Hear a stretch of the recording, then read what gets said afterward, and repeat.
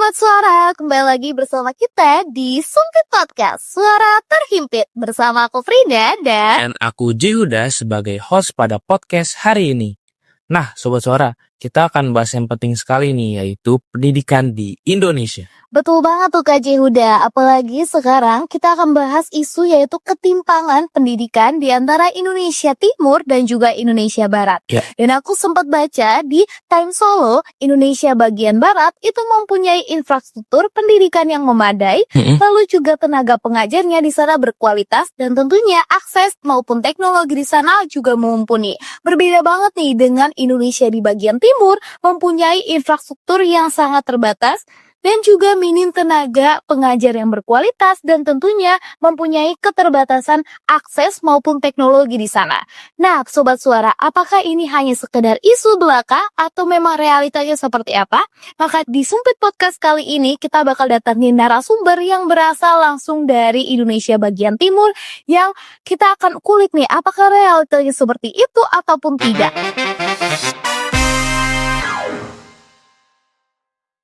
Halo Kak Pasca. Halo, Kak Pasca. Halo Frida, thank you ya udah undang aku di podcast Sumpit kali ini. Thank you juga Kak Pasca udah datang. Nah, Kak Pasca, karena tadi udah di-mention kan sama Frida bahwa pendidikan di Indonesia itu adanya kayak ketimpangan gitu di Indonesia bagian Barat dan Indonesia bagian Timur. Yes, betul. Nah, langsung aja nih Kak Pasca. Boleh dong Kak Pasca ceritain tentang gimana sih kondisi pendidikan di Indonesia bagian Timur dari dulu sampai sekarang ini? Nah, disparitas menurutku itu sudah terjadi sebelum Indonesia merdeka. Ya. Di masa kolonialisme, kalau teman-teman masih ingat ya, itu hanya orang-orang kelas atas yang bisa mendapatkan pendidikan. Sampai Indonesia sudah merdeka pun, kesenjangan itu masih ada, khususnya untuk teman-teman, untuk kami yang ada di Indonesia Timur.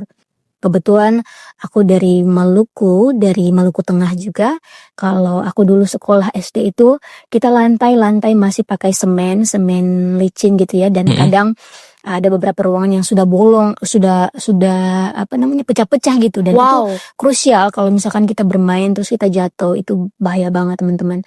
Kemudian plafon kita itu juga plafonnya dari triplek ya, kalau orang Ambon bilang itu sudah tabembeng begitu, kayak dia kegantung gitu, dan memang masih sampai sekarang ruangan itu masih digunakan untuk kegiatan-kegiatan lainnya juga begitu.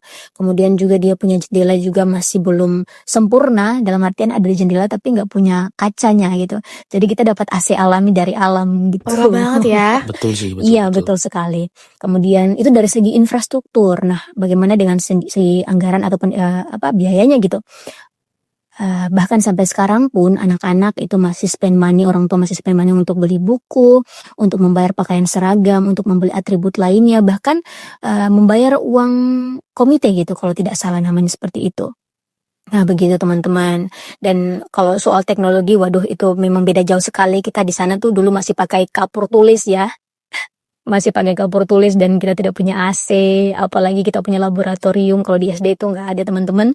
Dan kalau mau dilihat sebenarnya di daerah timur itu sangat kesusahan dalam akses internet teman-teman. Ada beberapa titik di beberapa daerah itu yang memang tidak ada jaringan internetnya sama sekali, atau bahkan jaringan telepon seluler juga tidak ada gitu.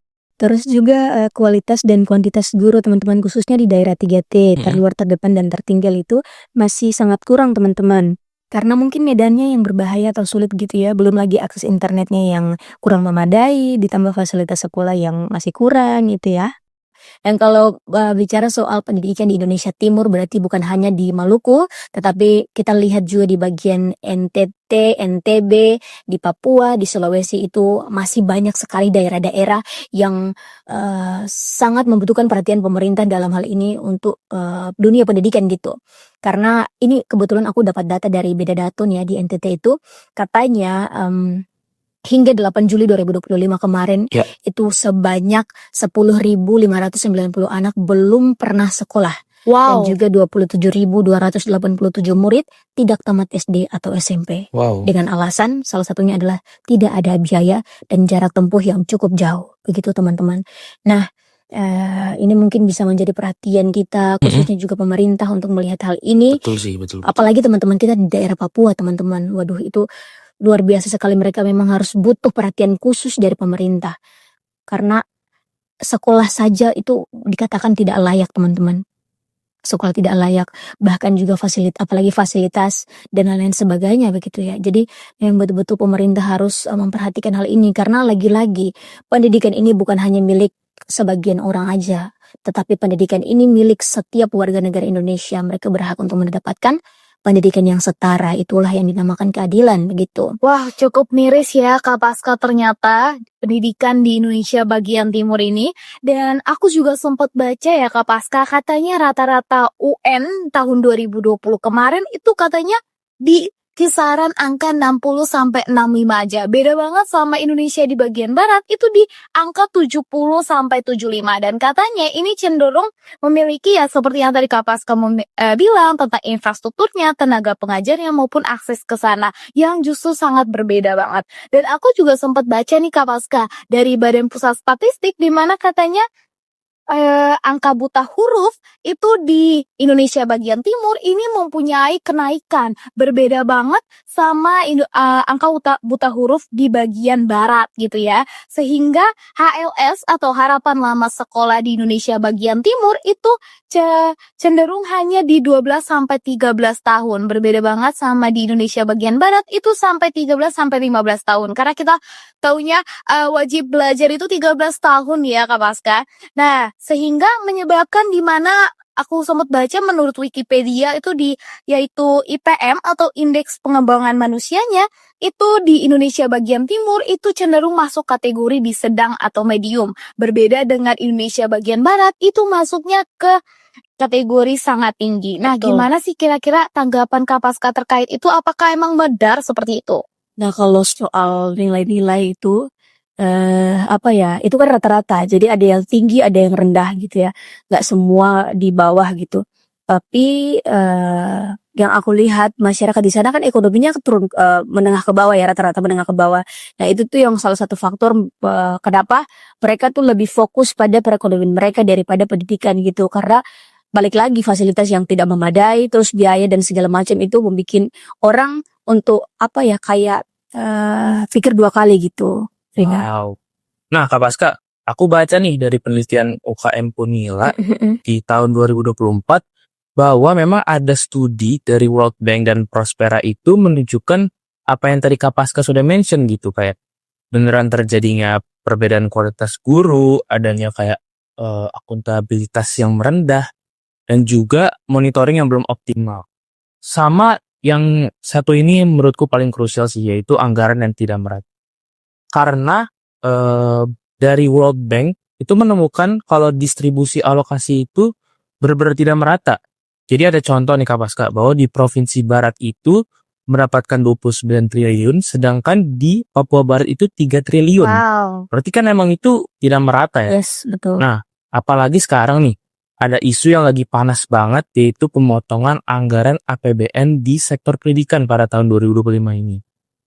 Ini aja dari dulu sudah tidak merata, dan sekarang ditambahnya pemotongan di anggaran bagian pendidikan gitu. Nah, menurut Kak Paska gimana nih tentang pemotongan anggaran APBN untuk sektor pendidikan pada tahun ini? Anggaran untuk pendidikan dari APBN itu kan 20% ya. Betul. Tetapi 20% itu kalau kita mau lihat masih kurang gitu. Ya. Karena memang masih banyak sekolah-sekolah, terkhususnya kami di bagian Indonesia Timur itu masih belum terfasilitasi dengan baik gitu. Dan dengan adanya hal seperti itu malah mau dilakukan efisiensi. Apalagi efisiensinya di sektor pendidikan juga ya kan. Kayak agak bertolak belakang aja gitu. Pertanyaanku, mengapa harus dilakukan efisiensi di bagian pendidikan gitu ya kan. Padahal pendidikan ini faktor utama untuk menunjang SDM yang berkualitas gitu. Dan mengapa tidak di bagian lain aja gitu kalau memang mau adakan efisiensi ya kan. Nah, efisiensi di sektor pendidikan aja sampai berapa puluh triliun gitu ya kan. Kalau tidak salah di Kemendikdasmen itu 8 triliun. Kemudian juga di Kemendiktiristek itu sekitar 14 triliunan. Nah, bayangkan itu diefisiensikan. Lebih baik anggaran itu dialokasikan lagi untuk memperbaiki fasilitas, untuk memperbaiki infrastruktur, untuk membangun sekolah-sekolah yang ada di pedalaman. Begitu teman-teman, kalau menurutku. Nah, dan katanya hasil dari efisiensi itu akan dialihkan ke makan bergizi gratis. Ya, program utama pemerintah lah gitu. Padahal kalau kita mau searching di internet banyak sekali case-case yang bermasalah tentang makan bergizi gratis ini juga gitu. Dan sebenarnya aku bingung apa sih yang menjadi fokus utama pemerintah kita, makan bergizi kah ataukah pendidikan atau kesehatan gitu misalnya. Oke Kak Paska, nah tadi bener ya Kak Paska, ternyata banyaknya banget masalah atau apalagi anggaran yang tidak merata ini adalah salah satu faktor utama ya nih Kak Paska, kenapa terjadi ketimpangan pendidikan di Indonesia bagian Barat dan juga Indonesia bagian Timur. Yes, Nah, betul. sekarang aku mau nanya deh Kak Paska nih, apa sih solusi dan harapan Kak Paska mewakili Indonesia di bagian Timur nih, untuk mungkin nanti didengar oleh pemerintah dan juga masyarakat yang mendengar podcast kali ini? Oke, kalau menurutku pemerintah pusat dan pemerintah daerah, terkhususnya pemerintah daerah karena kita sudah otonomi, itu harus memperhatikan apa yang menjadi kekurangan kita di sektor pendidikan. Terlebih untuk kami yang ada di Indonesia bagian timur gitu. Fasilitas, akses itu harus diperhatikan. Kemudian terkait anggaran itu menurutku harus dilakukan transparansi. 20% itu sebenarnya kemana sih? Karena kalau memang sudah disebarkan secara merata, ya kita bisa lihat aja gitu penyebarannya seperti apa. Mungkin dilebihkan ke daerah ini karena memang ada yang harus dipenuhi. Tapi kalau tidak ada transparansi, berarti bisa muncul spekulasi negatif gitu. Ini anggaran sebenarnya kemana gitu. Apalagi oh ya kurikulum kita nih yang terus berganti setiap kali ganti menteri pendidikan ya. Itu menurutku kurang efektif karena sebenarnya pemerintah tuh harus melihat pendidikan kita itu ada di level mana supaya kurikulum yang diterapkan itu sesuai dengan level pendidikan kita gitu ya kan. Karena kalau misalkan diganti terus itu kesusahan juga gitu di masyarakat, di guru, di siswa karena mereka harus adaptasi lagi dengan kurikulum yang baru padahal yang satu aja belum selesai itu. Kemudian terkait dengan distribusi tendik, quality dan kuantitinya itu harus merata supaya kami di Indonesia Timur, di pedalaman itu bisa merasakan kemerataan itu. Kami bisa dapatkan guru yang berkualitas juga gitu ya kan. Sebenarnya kami di Indonesia Timur itu tidak berharap banyak teman-teman, tidak harus sebagus yang ada di Indonesia bagian Barat juga. At least kami bisa merasakan kenyamanan dan keselamatan kami itu terjamin gitu. Dan semoga masyarakat yang sudah peka terhadap hal ini bisa saling membantu gitu untuk meningkatkan kualitas pendidikan, terkhususnya kami di Indonesia bagian Timur. Kalau pemerintah masih lamban, biarlah kita bergerak duluan. Itu kalau dari aku. Iya, semoga aja apa yang dari Kak Paska udah mention dengan beberapa yang tadi menurutku emang benar-benar penting itu bisa tercapai ya, Sobat Suara. Karena emang menurutku apa yang udah terjadi dengan pendidikan di Indonesia sampai sekarang ini masih cukup miris sih dan ranahnya bahkan ya belum berkembang secara pesat gitu. Karena yang tadi sudah dibilang bahwa adanya ketimpangan antara Indonesia bagian timur dan Indonesia bagian barat gitu.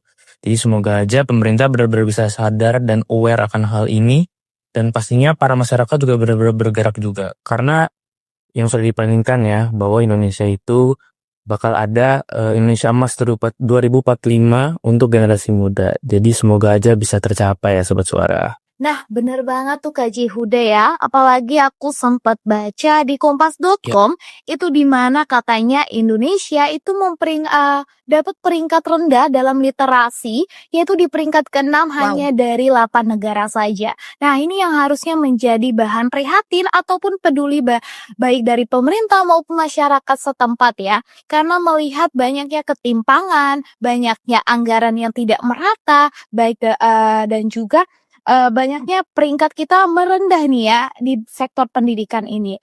Nah, Sobat Suara, ternyata banyak banget insight yang bisa kita dapat dan ternyata memang itu bukan hanya sekadar isu belaka, tetapi memang benar-benar terjadi realitanya di pendidikan di Indonesia bagian timur yang mempunyai preferensi lebih rendah dibanding Indonesia di bagian barat. Nah, Sobat Suara, kita udah sampai di akhir acaranya. Tapi Sobat Suara jangan hanya didengar saja dan terima kasih juga udah dengar sampai akhir ini. Kalau Sobat Suara peduli dengan pendidikan di Indonesia saat ini, lakukan dan share podcast ini ke teman-teman atau masyarakat setempat sehingga semua anak bangsa di Indonesia ini mendapatkan pendidikan yang layak dan secara merata. Betul sekali. Oke, sampai jumpa di segmen berikutnya. Sumpit Podcast Suara Terhimpit. Bye-bye.